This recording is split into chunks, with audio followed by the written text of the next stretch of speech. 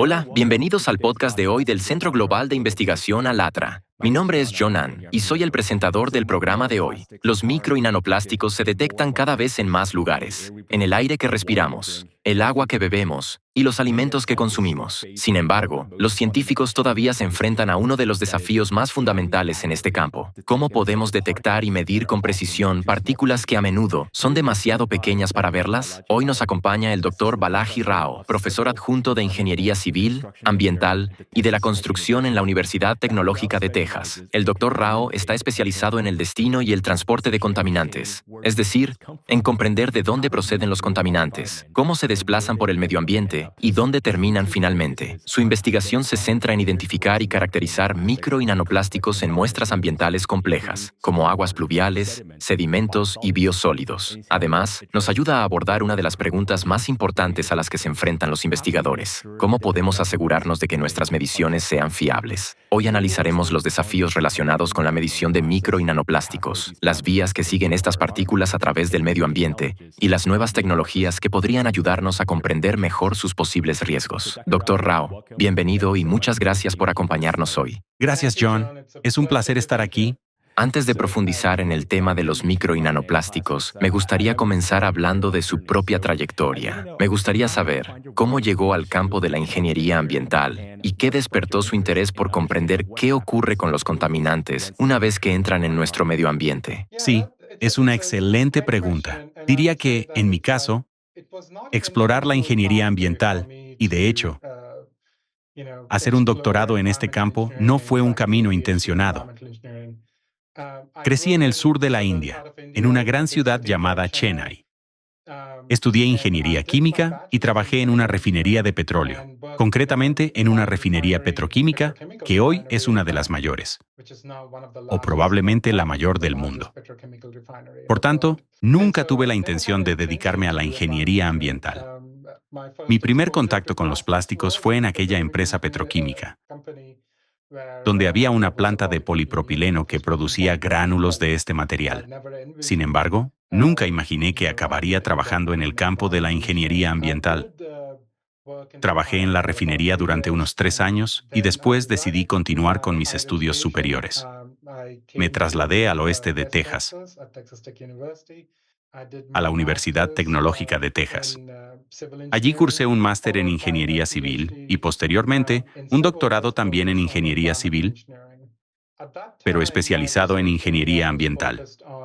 En aquella época, mi investigación se centraba en caracterizar un disruptor de las hormonas tiroideas llamado perclorato, que se utilizaba en combustibles para cohetes en forma de perclorato de amonio. La investigación trataba de determinar si el perclorato que encontramos en el medio ambiente procedía principalmente de estos usos industriales o si existía alguna fuente alternativa. Y resultó que había una fuente natural de perclorato, probablemente formado en la atmósfera y posteriormente depositado en el medio terrestre. Por tanto, la investigación tomó una dirección muy interesante que no era la que esperábamos. Después de terminar el doctorado, realicé un postdoctorado en el Laboratorio Nacional de Oak Ridge. Oak Ridge tiene una historia particular. Allí se extrajo el uranio utilizado en las primeras bombas atómicas. Uno de los procesos que se empleaban utilizaba mercurio para separar esos isótopos. El mercurio es una neurotoxina, y si no se elimina adecuadamente, termina en el medio ambiente. Eso fue precisamente lo que observamos en aquel lugar. Así que pasé de estudiar el perclorato a analizar un contaminante más clásico, el mercurio y su desplazamiento a través del medio ambiente. No sé si ha visitado esa zona de Tennessee, pero es un lugar ecológicamente muy sensible, con numerosos arroyos y lagos. El mercurio tiende a adherirse al medio, desplazarse entre distintos compartimentos biológicos, ascender por los niveles tróficos y bioacumularse en el ecosistema. Esto guarda mucha relación con lo que, al parecer, ocurre cuando se liberan microplásticos en el medio ambiente. Mi trabajo consistía en estudiar cómo se desplaza el mercurio por el entorno y cómo podemos detectar mejor algunos de los procesos de transformación que experimenta. Para ello, fue necesario desarrollar nuevas técnicas analíticas que permitieran caracterizar esos procesos. Finalmente, surgió la oportunidad de regresar a la Universidad Tecnológica de Texas para centrarme no solo en el destino y el transporte de los contaminantes en el medio ambiente, sino también en cómo mitigar sus efectos. Eso fue lo que realmente me entusiasmó de volver. No es una trayectoria habitual para un investigador, ya que normalmente uno no regresa a su alma mater, pero era una oportunidad que no podía dejar pasar. Me centré en cómo reducir la contaminación, especialmente en los sistemas hídricos y los sedimentos. Uno de los proyectos en los que trabajábamos, y sobre el que puedo hablar con más detalle, estaba relacionado con las aguas pluviales, procedentes de entornos urbanos e industriales, con la forma en que transportan contaminantes adheridos a las partículas y con cómo estos pueden acabar depositándose en los sedimentos. Así fue como comenzó mi experiencia con el estudio del microplástico. Inicialmente, la atención principal se centraba en contaminantes como el mercurio y los hidrocarburos aromáticos policíclicos que suelen encontrarse en estas matrices de aguas pluviales. Pero en aquel momento empezó a surgir interés por describir los denominados contaminantes emergentes, entre ellos los microplásticos y las PFAS, también conocidas como sustancias químicas eternas, presentes en muestras de aguas pluviales. Así fue como comenzamos a explorar y adaptar técnicas analíticas para estudiar estos contaminantes emergentes. Y esa fue mi introducción al estudio de los microplásticos. Los microplásticos están en todas partes. Durante un tiempo no fueron un tema especialmente popular, quizá hasta hace unos 5 años. Antes se hablaba de ellos y se publicaban algunos artículos, pero eran muy pocos. Ahora, prácticamente cada día aparece un nuevo estudio sobre micro y nanoplásticos. Ya ha mencionado brevemente este tema, pero ¿qué fue lo que realmente llamó su atención sobre estas partículas? Desarrollar métodos para detectarlas, especialmente en aguas pluviales y otras matrices complejas, es muy complicado. ¿Qué le atrajo hacia el estudio de los micro y nanoplásticos? ¿Qué le convenció de que necesitábamos métodos fiables para medirlos y de que este era uno de los desafíos más importantes que debíamos afrontar? ¿Cuál fue ese momento revelador? Volviendo al proyecto sobre aguas pluviales, una de las hipótesis que queríamos comprobar era la siguiente. Antes de que empezáramos a trabajar en este proyecto, la mayoría de los métodos de análisis de las aguas pluviales se centraban en analizar el agua en su conjunto, sin prestar especial atención a las partículas que pudiera contener. ¿Por qué es esto importante? Cuando hablo de partículas, no me refiero necesariamente a los microplásticos, aunque pueden estar presentes en las aguas pluviales y, de hecho, lo están. Me refiero también a las partículas cargadas de sedimentos que son erosionadas del entorno a medida que el agua circula por canales y corrientes. Estas partículas tienen afinidad por los contaminantes y pueden captarlos mientras se desplazan junto con el agua. Nuestra hipótesis era que no bastaba con realizar un análisis global del agua, porque de ese modo se perdía información sobre el comportamiento de los contaminantes asociados a las partículas. En particular, queríamos saber cómo influye la distribución del tamaño de esas partículas en su destino y transporte. Y desde una perspectiva de ingeniería, ¿qué implica esa distribución de tamaños para la eliminación eficaz de los contaminantes mediante los sistemas actuales de tratamiento de aguas pluviales? Algunos de estos sistemas pueden ser tan sencillos como un estanque de retención, donde las partículas simplemente se depositan en el fondo. Otros pueden ser más avanzados y utilizar filtros de cartucho diseñados específicamente para eliminar contaminantes presentes en las aguas pluviales. Por tanto, nuestra hipótesis era que la distribución del tamaño de las partículas influye no solo en el comportamiento de los contaminantes en las aguas pluviales, sino también en la eficacia con la que pueden eliminarse. Esto guarda una relación muy estrecha con la investigación sobre microplásticos.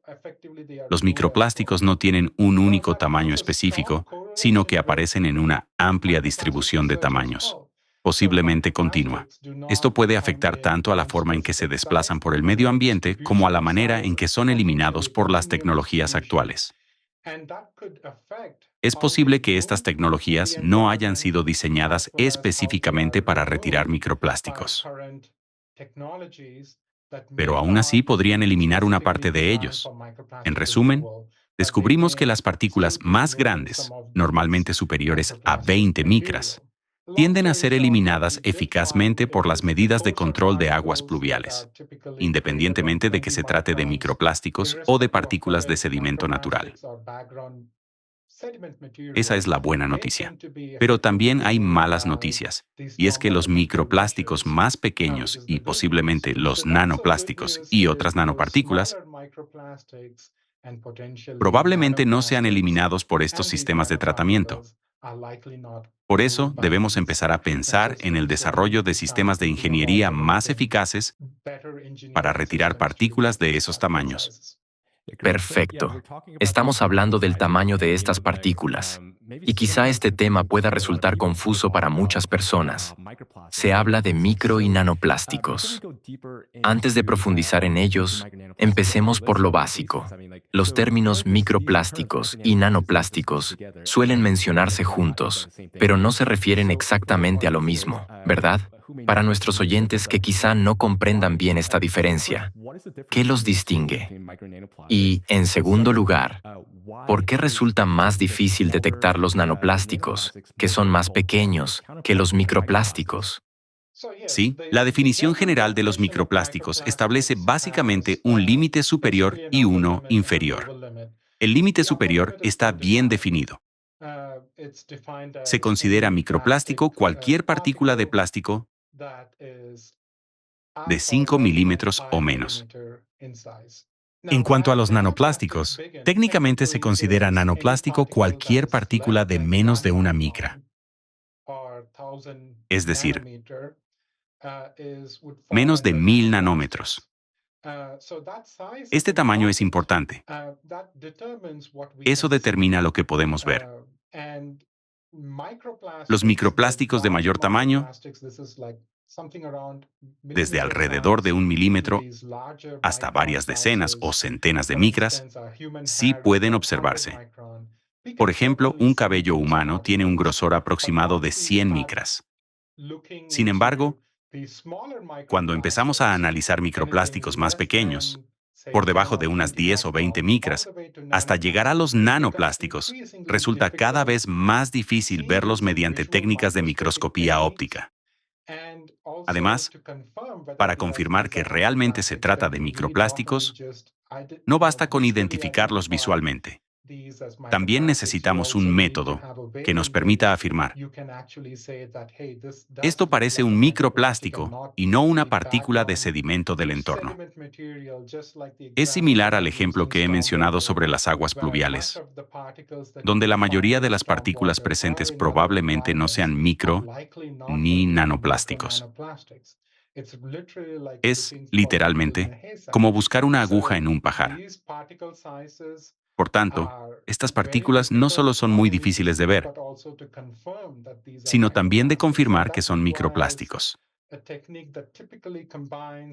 Para ello suele ser necesaria una técnica que combine algún tipo de microscopio con un método basado en espectroscopía, capaz de caracterizar hasta las fracciones más pequeñas de microplásticos.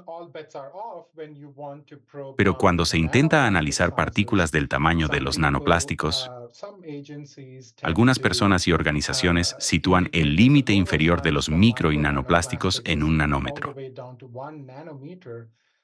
Sin embargo, actualmente no disponemos de técnicas capaces de determinar las características de los nanoplásticos en el ambiente, a tamaños tan extremadamente pequeños. En términos generales, existe cierto consenso en que cuanto más pequeña es una partícula, mayores pueden ser sus efectos perjudiciales, entre otras razones porque presenta una mayor superficie en relación con su volumen. Además, el desafío no consiste únicamente en identificar estas partículas. Su medición también se complica porque deben detectarse en matrices muy complejas, como los biosólidos o incluso el cuerpo humano. ¿Podría explicarnos cómo se lleva a cabo este proceso? ¿Cuáles son sus principales limitaciones? ¿Podría explicarnos con más detalle cómo se miden estas partículas y cuáles son las principales dificultades a las que se enfrenta? Es una pregunta excelente. Yo diría que las dificultades dependen del tipo de matriz que se esté analizando. El agua potable es una matriz relativamente limpia, por lo que normalmente no es necesario someter la muestra a un procesamiento exhaustivo antes de caracterizarla. Yo dividiría las técnicas de detección en tres etapas diferentes. La primera es la etapa de procesamiento de la muestra. Esto incluye tanto la recogida de la muestra como la forma en que la procesamos. ¿Cómo colocamos en una plataforma estas muestras que potencialmente contienen microplásticos? Por lo general, utilizamos un filtro para retener los microplásticos o separarlos del agua y de los demás componentes presentes en la muestra ambiental. En la segunda etapa se aplica un método analítico que permite detectar e identificar directamente estos micro y nanoplásticos. Y la tercera etapa son las técnicas de postprocesamiento. Mediante las técnicas analíticas, obtenemos señales y espectros, que posteriormente comparamos con algún tipo de biblioteca de referencia. Entonces podemos decir, esto parece polipropileno, esto parece polietileno, etc. Cada una de estas etapas presenta sus propios desafíos. Cuando se trata de una matriz sencilla, la llamo sencilla desde el punto de vista analítico, como el agua potable. Durante la recogida y el procesamiento inicial de la muestra, lo principal es asegurarse de que ésta no entre en contacto con ningún material plástico. Se utilizan materiales no plásticos para recoger las muestras y equipos como sistemas de filtración al vacío para depositarlas sobre un filtro que tampoco contenga plástico. Por lo general, esa suele ser la principal dificultad. Sin embargo, cuando hablamos de muestras más complejas, situadas en el otro extremo del espectro, como los biosólidos o los sedimentos, también debemos enfrentarnos a una gran cantidad de otros componentes presentes en la muestra. Puede haber materia orgánica, partículas de sedimento y partículas inorgánicas que, a simple vista, pueden parecer microplásticos. También puede ocurrir que los microplásticos estén incrustados en esos materiales y no puedan verse. Por tanto, no basta con recoger correctamente las muestras. Es posible que deban someterse a lo que denominamos técnicas de digestión, destinadas a eliminar los materiales de fondo que no son plásticos. Después, puede ser necesario aplicar algún método de separación física, como la separación por densidad, para concentrar los microplásticos presentes en las muestras. A continuación, pasamos a la segunda etapa, en la que comenzamos a aplicar la técnica analítica, que es común para todas estas matrices. Después también debemos realizar el postprocesamiento, comparar los resultados con bibliotecas de referencia, etc. A lo largo de todo este proceso, observamos que cuanto mayor es la complejidad de la muestra, más necesario resulta adaptar las técnicas para reducir las interferencias y la contaminación. Al mismo tiempo, debemos asegurarnos de que las técnicas analíticas y los métodos de postprocesamiento puedan validarse entre distintos laboratorios. Ese es uno de los problemas actuales en la caracterización analítica de los microplásticos. Por ejemplo, si recojo una muestra en Lubbock, envío una parte a otro laboratorio en Washington para que caracterice los microplásticos y analizo la otra parte en mi propio laboratorio. Es muy probable que obtengamos resultados completamente distintos. Esto dependerá de las técnicas utilizadas, los métodos de procesamiento, las técnicas de digestión, los métodos analíticos y las herramientas de postprocesamiento aplicadas a las muestras. ¿Es esa la razón por la que distintos grupos obtienen resultados diferentes? Me refiero a que a veces se analiza la misma muestra, pero los resultados varían porque cada grupo utiliza un procedimiento de digestión diferente o técnicas distintas. ¿Es por eso por lo que algunos equipos obtienen resultados diferentes, aunque, en esencia, estén analizando las mismas muestras? Exactamente. Y ese es uno de los problemas que la comunidad dedicada al análisis está intentando resolver. Han comenzado por algo relativamente sencillo de abordar y al mismo tiempo una de las vías de exposición más importantes, el agua potable. El agua potable es una matriz relativamente menos compleja. Recientemente se ha publicado un estudio interlaboratorio que demuestra que el tamaño de las partículas influye directamente en el grado de confianza con el que distintos laboratorios pueden identificarlas y obtener resultados coincidentes. Cuando se trata de microplásticos de menos de unas 20 o 50 micras, los resultados se vuelven completamente impredecibles a la hora de clasificar estos plásticos y validar los datos entre distintos laboratorios. Sin embargo, en el caso de los microplásticos de mayor tamaño, parece existir mucha más concordancia entre los laboratorios. Siempre que se sigan unos protocolos específicos, deberían obtenerse distribuciones de microplásticos similares. Por ejemplo, los resultados relativos a una determinada cantidad de polipropileno y otra cantidad de polietileno suelen coincidir entre los distintos laboratorios. Pero cuando el tamaño de las partículas disminuye, especialmente en el caso de los microplásticos más pequeños y, desde luego, de los nanoplásticos, los resultados pueden ser completamente diferentes de un laboratorio a otro. Existe demasiada variabilidad entre laboratorios como para afirmar con seguridad, esto es lo que realmente contiene la muestra. En el caso de esas partículas pequeñas, como he mencionado antes, parece existir un consenso general en que cuanto más pequeña se vuelve una partícula, mayor puede ser su toxicidad. Sin embargo, también resulta más difícil detectarla. Entonces, ¿qué necesitamos? ¿Basta con disponer de un método estandarizado que realmente funcione y cuya eficacia esté demostrada? ¿O necesitamos mejores instrumentos? ¿Es necesario desarrollar equipos más avanzados? ¿Qué hace falta para detectar esos nanoplásticos extremadamente pequeños, que pueden ser muy tóxicos para los seres humanos y otros organismos vivos? Necesitamos muchos más estudios interlaboratorios de este tipo, porque algunos de los que ya se han realizado han aportado conclusiones y recomendaciones muy interesantes sobre cómo mejorar la caracterización de los microplásticos más pequeños y de los nanoplásticos. También necesitamos más investigación, empezando por una mayor financiación, para poder trabajar conjuntamente y desarrollar métodos más estandarizados y susceptibles de validación, especialmente para los microplásticos de menor tamaño y los nanoplásticos. Esto requiere que la comunidad científica colabore entre distintos grupos de investigación, en lugar de trabajar de forma aislada. Con frecuencia vemos artículos en los que, incluso al analizar agua potable, cada grupo utiliza métodos diferentes. Por eso resulta muy difícil comparar los resultados de distintos estudios. Lo que debemos hacer es reunirnos y desarrollar metodologías que podamos intentar estandarizar. De este modo, podremos validar qué pueden hacer esos métodos y cuáles son sus limitaciones. Ahora bien, debo señalar que, en el caso de los nanoplásticos, algunos métodos no van a funcionar por mucho que colaboremos y tratemos de perfeccionarlos. Por ejemplo, las técnicas tradicionales de espectroscopía infrarroja microscópica presentan limitaciones en cuanto a la resolución espacial que pueden alcanzar. Diría que, para partículas de menos de 10 micras, por mucho esfuerzo que se invierta, será difícil obtener resultados validables entre distintos laboratorios si se utiliza esta técnica. Existen otros métodos, como la espectroscopía Raman, que han demostrado ser capaces de caracterizar partículas de hasta 1 micra. Por tanto, la aplicación de técnicas de espectroscopía Raman supone cierta mejora. Sin embargo, el estudio de los nanoplásticos sigue siendo un campo muy reciente.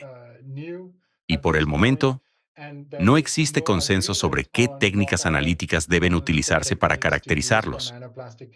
Por eso, la estandarización de los métodos para nanoplásticos todavía está lejos de alcanzarse.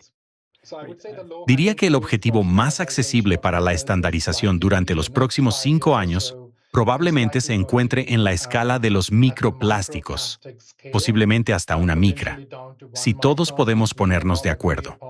Este es el método, este es el enfoque, así debemos procesar y analizar la muestra, y así debemos caracterizar los datos obtenidos mediante el instrumento analítico. Eso ya constituiría un logro muy importante.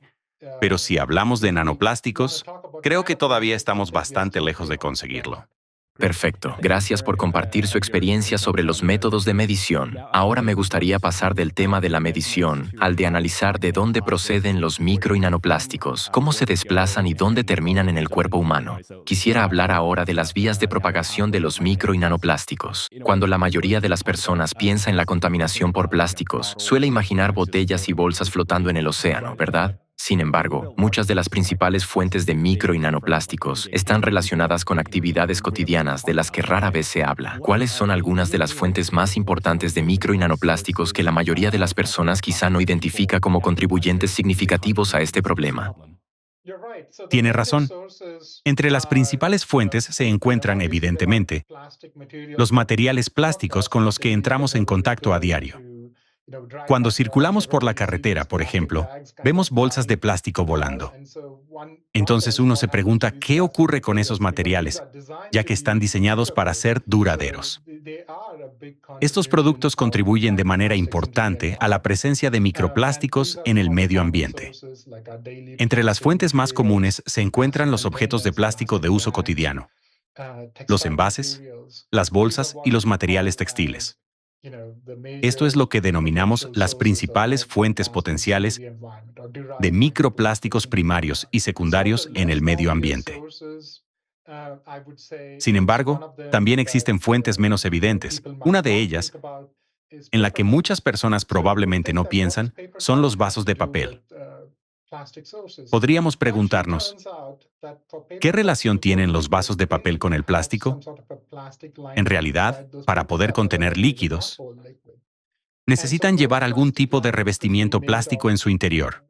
De lo contrario, el papel no retendría el líquido. Ese revestimiento puede estar fabricado con un material como el polietileno y puede liberar microplásticos, especialmente cuando se vierten líquidos calientes, como el café. Como resultado, partículas de plástico pueden pasar al líquido y ser ingeridas directamente al beber café en esos vasos. Esta es una de las fuentes menos evidentes. Otra fuente poco conocida son las pinturas.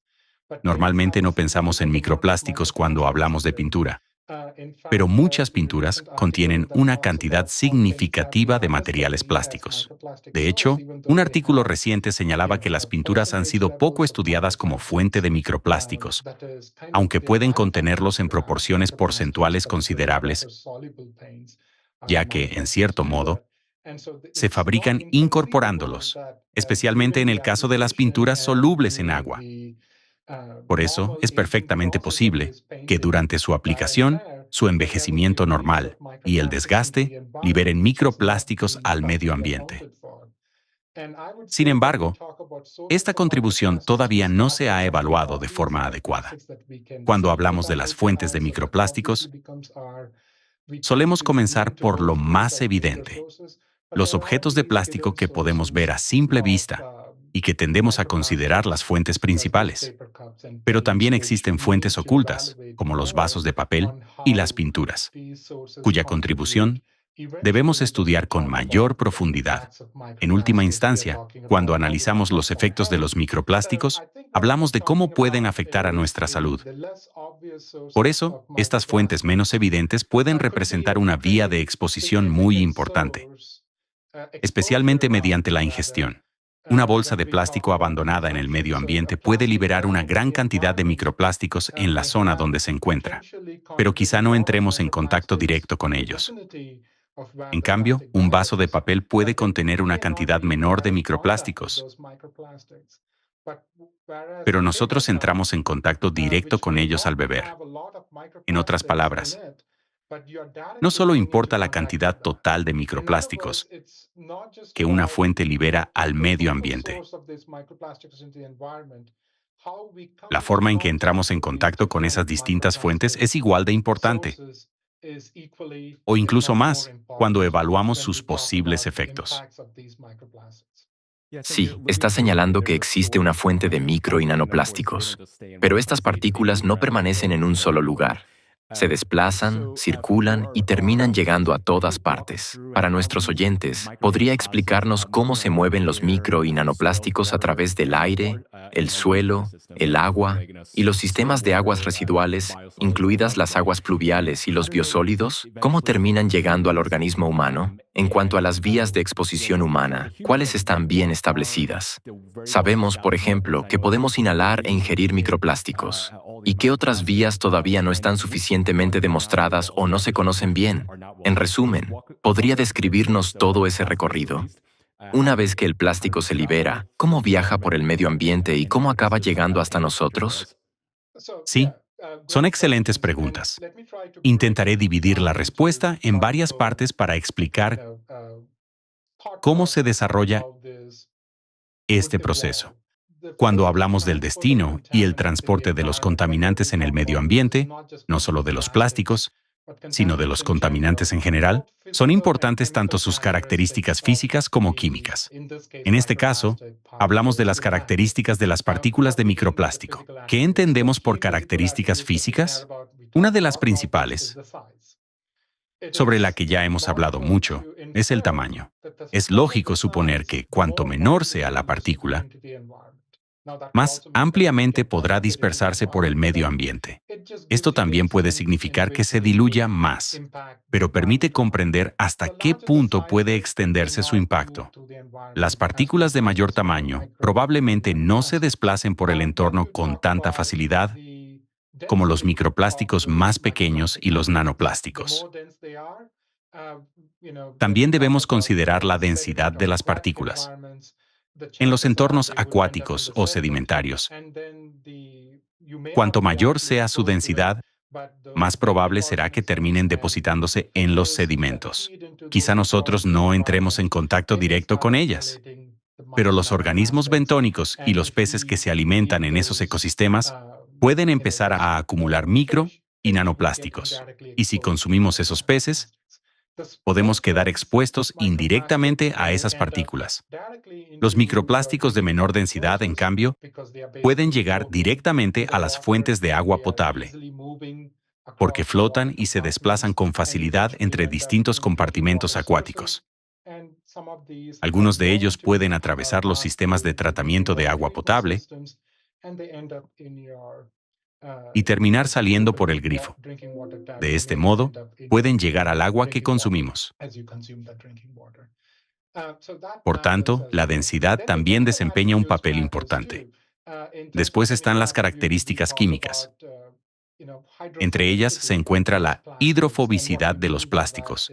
Explicado de forma sencilla, la hidrofobicidad indica hasta qué punto un material tiende a permanecer en el agua o a mantenerse alejado de ella.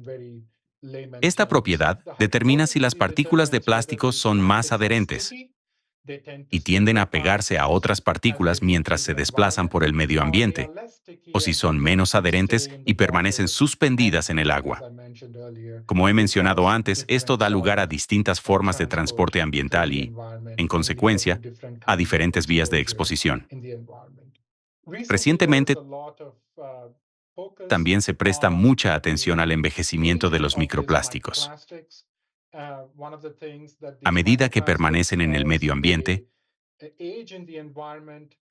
experimentan ciertos cambios físico-químicos. En particular, pueden incorporar más grupos de oxígeno en su superficie. Esto puede modificar la carga de las partículas y cambiar su comportamiento mientras se desplazan entre distintos compartimentos ambientales. Por tanto, todas estas características de los micro y nanoplásticos son importantes. Lo interesante es que las técnicas de las que hablamos anteriormente no permiten evaluar simultáneamente todos estos atributos. Las técnicas basadas en espectroscopía pueden proporcionar información sobre la distribución del tamaño de las partículas, aunque presentan limitaciones en el caso de los nanoplásticos. y también sobre la composición química de los polímeros asociada a esos tamaños. Sin embargo, no ofrecen información sobre la carga de las partículas. Hasta cierto punto, tampoco permiten determinar en qué medida han sufrido procesos de meteorización o degradación ambiental. Además, una de las principales preocupaciones relacionadas con los micro y nanoplásticos, sobre la que todavía no hemos hablado mucho, son los aditivos, pigmentos y colorantes incorporados a estos materiales. Estas sustancias podrían causar efectos adversos sobre la salud humana y los ecosistemas, incluso mayores que los provocados por el propio material plástico. Sí, parece un problema sumamente complejo desde el punto de vista de la medición. El tamaño de las partículas ya supone un desafío, pero además pueden llevar adheridas numerosas sustancias químicas, presentar cargas diferentes y, supongo, una gran heterogeneidad entre unas partículas y otras. Es un proceso muy complejo y parece que todavía no disponemos de todas las herramientas necesarias o, al menos, de una estandarización suficiente para medir todos estos factores. De cara al futuro, ¿qué nuevas herramientas analíticas o tecnologías le resultan más prometedoras? ¿Conoce alguna que esté actualmente en desarrollo? ¿Cómo podrían mejorar nuestra capacidad para medir estas partículas con precisión, de forma uniforme y a gran escala? ¿Hay alguna tecnología que conozca o que le parezca especialmente prometedora para medir micro y nanoplásticos en matrices complejas? En mi opinión, una sola técnica no puede medir todos los atributos que acabamos de mencionar. Las características fundamentales para analizar los microplásticos en el medio ambiente son, sin duda, el tamaño, la morfología o la forma, la posible carga que presenta la partícula, la composición química del polímero y los aditivos asociados. Hasta donde yo sé, ninguna técnica por sí sola, ni siquiera las más avanzadas que conocemos actualmente, permite analizar todos estos aspectos al mismo tiempo. Por tanto, lo más probable es que necesitemos una combinación de técnicas para obtener toda la información que realmente queremos conocer al estudiar los efectos de los microplásticos en el medio ambiente. Dicho esto, gran parte de los grupos de investigación sobre microplásticos se han centrado en caracterizar la distribución del tamaño junto con la composición química del polímero. Y, en relación con los desafíos que mencionamos al hablar de los microplásticos más pequeños y de los nanoplásticos, están surgiendo algunas técnicas nuevas que parecen ofrecer soluciones prometedoras y que me resultan especialmente interesantes. Dos de ellas se basan en lo que denominamos tecnología de bombeo y sonda. Básicamente, esta tecnología permite superar las limitaciones relacionadas con el tamaño. Por ejemplo, en la espectroscopía infrarroja se utiliza luz infrarroja para irradiar las partículas y distinguir si se trata de un microplástico o de algún material de fondo. Sin embargo, sigue existiendo una limitación espacial. Para superarla, se utiliza una sonda que puede ser luz visible, cuya longitud de onda es mucho menor. En general, cuanto menor es la longitud de onda, menor es también el tamaño de las partículas que podemos observar. Por eso utilizamos rayos X para estudiar escalas atómicas. Como tienen longitudes de onda muy pequeñas, permiten analizar estructuras a escala nanométrica e incluso atómica. Aquí se aplica el mismo principio. Se adaptan técnicas basadas en infrarrojos y Raman y se combinan con métodos de alta resolución espacial, como la espectroscopía infrarroja fototérmica óptica. Otra técnica capaz de trabajar realmente a escala nanométrica combina la microscopía de fuerza atómica con la espectroscopía infrarroja, lo que permite caracterizar partículas de tamaño nanométrico. También podemos caracterizar indirectamente estas nanopartículas mediante técnicas térmicas. El principio consiste en tomar una muestra y aumentar su temperatura en ausencia de oxígeno mediante un proceso denominado pirólisis. Así se descomponen los materiales plásticos y posteriormente se analizan los productos de esa descomposición para determinar de qué tipo de plástico proceden. Esta técnica funciona incluso a escala nanométrica porque el tamaño no es un factor determinante. Lo importante es la masa total de plástico presente en la muestra. Esa es su principal limitación, no el tamaño de las partículas. Sin embargo, la desventaja es que no proporciona información sobre la distribución del tamaño. Solo permite afirmar que la muestra contiene una determinada cantidad de polipropileno, cloruro de polivinilo u otros polímeros, pero no indica qué tamaños tienen las partículas. Por tanto, nos encontramos ante una especie de dilema al intentar caracterizar todos los atributos de los micro y nanoplásticos. En este momento, no veo ninguna técnica única capaz de proporcionar toda la información que necesitamos. Lo más probable es que tengamos que combinar varias técnicas. Creo que lo que necesitamos es un método estandarizado. Parece que ya disponemos de algunas técnicas, o, al menos, de ciertas aproximaciones para medir incluso las partículas más pequeñas. Pero ¿cómo podemos llegar a establecer un procedimiento estandarizado que utilice las técnicas adecuadas? ¿Cómo avanzamos hacia una solución común que garantice que, al comparar artículos de distintos grupos de investigación, los datos sean fiables y reproducibles? ¿Cómo podemos lograrlo? Es una excelente pregunta. Llevo bastante tiempo reflexionando sobre ello y no creo que exista una respuesta perfecta. Volviendo al agua potable, que es donde se han centrado muchos de estos estudios de validación, se han desarrollado métodos para crear muestras de referencia incorporadas en gránulos. Básicamente, estos gránulos contienen una mezcla de materiales plásticos con una distribución de tamaños conocida y son solubles en agua.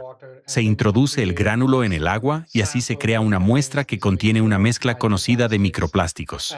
Después, esta muestra se envía a distintos laboratorios para comprobar si todos obtienen una distribución precisa y comparable de esas partículas.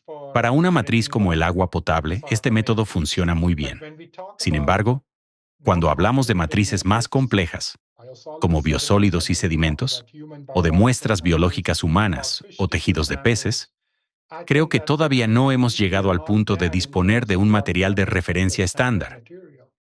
No creo que haya respuestas sencillas para esto. Uno de los métodos que utilizamos en nuestro laboratorio para validar nuestras técnicas consiste en añadir deliberadamente cantidades conocidas de material plástico a muestras de biosólidos y comprobar cuánto logramos recuperar. Por ejemplo, si añado 100 partículas de polietileno, consigo recuperar esas 100 partículas después de procesar la muestra a través de las 3 etapas que he mencionado: digestión, análisis y postprocesamiento. Si no logro recuperar las 100 partículas añadidas, significa que en algún punto del proceso de caracterización estoy perdiendo partículas y debo revisar en qué etapa ocurre esa pérdida. Esta es una forma indirecta de validar nuestros métodos. También sé que el Instituto Nacional de Estándares y Tecnología, NIST, está trabajando en el desarrollo de materiales que contengan cantidades conocidas de microplásticos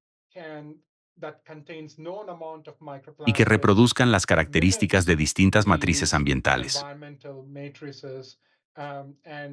Con estos materiales de referencia, los laboratorios podrán comprobar si sus técnicas son capaces de caracterizar correctamente los microplásticos.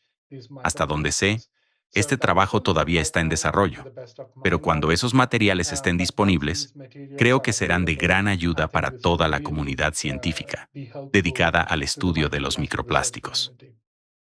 En cuanto a estas muestras utilizadas para estandarizar las mediciones, usted se refiere a plásticos puros, es decir, plásticos vírgenes fragmentados con una determinada distribución de tamaños, ¿verdad? Sin embargo, la mayoría de los plásticos que encontramos no son vírgenes. Están recubiertos de todo tipo de lípidos, proteínas y otras sustancias presentes en el entorno. ¿Esto complicaría la creación de estándares adecuados? Sin duda. La primera etapa de validación consiste en utilizar materiales plásticos estándar. Si el método ni siquiera permite recuperar correctamente esos materiales, significa que ya está fallando en la primera prueba. Pero, de cara al futuro, tiene toda la razón. Debemos encontrar formas de añadir a las matrices de las muestras plásticos ambientalmente relevantes que hayan experimentado procesos naturales de degradación y envejecimiento y comprobar si nuestros métodos siguen siendo capaces de caracterizar esos microplásticos con precisión. Esto nos lleva de nuevo a la cuestión de desarrollar materiales de referencia que ya contengan micro y nanoplásticos, junto con todos los lípidos y proteínas que pueden interferir en el análisis. Creo que todavía estamos bastante lejos de conseguirlo. Por el momento, añadir deliberadamente estos materiales plásticos, ya sean vírgenes o envejecidos, a las matrices biológicas probablemente sea el mejor enfoque. En el caso de los sedimentos, por ejemplo, existen materiales de referencia que han sido validados entre distintos laboratorios. De este modo, sabemos con cierto grado de confianza que contienen una determinada cantidad de mercurio y que, si los analizamos correctamente en nuestro laboratorio, deberíamos obtener prácticamente los mismos resultados. En el caso de los microplásticos, todavía no hemos llegado a este punto. Y, como pregunta final, los micro y nanoplásticos son difíciles de medir y están presentes en todas partes. Además, aparecen en matrices muy complejas, por lo que puede resultar abrumador para muchas personas. ¿Qué mensaje final le gustaría que nuestros oyentes se llevaran de la conversación de hoy? Si pudiera transmitir una sola idea a nuestra audiencia, ¿cuál sería? Yo diría que no debemos entrar en pánico. Los plásticos están en todas partes, son ubicuos. Ciertamente, según los estudios realizados, parecen producir determinados efectos. Sin embargo, todavía existe mucha incertidumbre sobre hasta qué punto esos efectos pueden estar causando problemas de salud en los seres humanos. Gran parte de esa incertidumbre procede precisamente del tema central que hemos abordado en este podcast: la metodología analítica necesaria para caracterizar con precisión los microplásticos, no solo en el medio ambiente, sino también dentro de nuestro organismo. Este sigue siendo un campo de investigación en evolución. Por eso, conviene interpretar con cautela los titulares de prensa o los artículos científicos que afirman, por ejemplo, que el cerebro humano medio contiene una cucharada de plástico. Es muy probable que haya partículas de plástico en nuestro organismo, pero todavía existen grandes interrogantes sobre hasta qué punto nos afectan y qué implicaciones concretas tienen para nuestra salud. Por tanto, no debemos entrar en pánico, pero sí ser conscientes del problema de la contaminación por plásticos. Recomendaría centrarnos en aquello que podemos controlar. Por ejemplo, reducir el uso de materiales plásticos, evitar los recipientes de plástico, no calentarlos bajo ningún concepto, y evitar los vasos de papel que llevan un revestimiento plástico. Estas son algunas medidas que podemos adoptar ahora mismo para reducir nuestra exposición, y a medida que avancen la ciencia y la tecnología para caracterizar y mitigar los microplásticos. Espero que lleguemos a un punto en el que podamos reducir al mínimo o incluso eliminar los efectos adversos de la exposición a los plásticos, tanto en el medio ambiente como en la salud humana. Muchas gracias, Dr. Rao, por su mensaje y por acompañarnos hoy.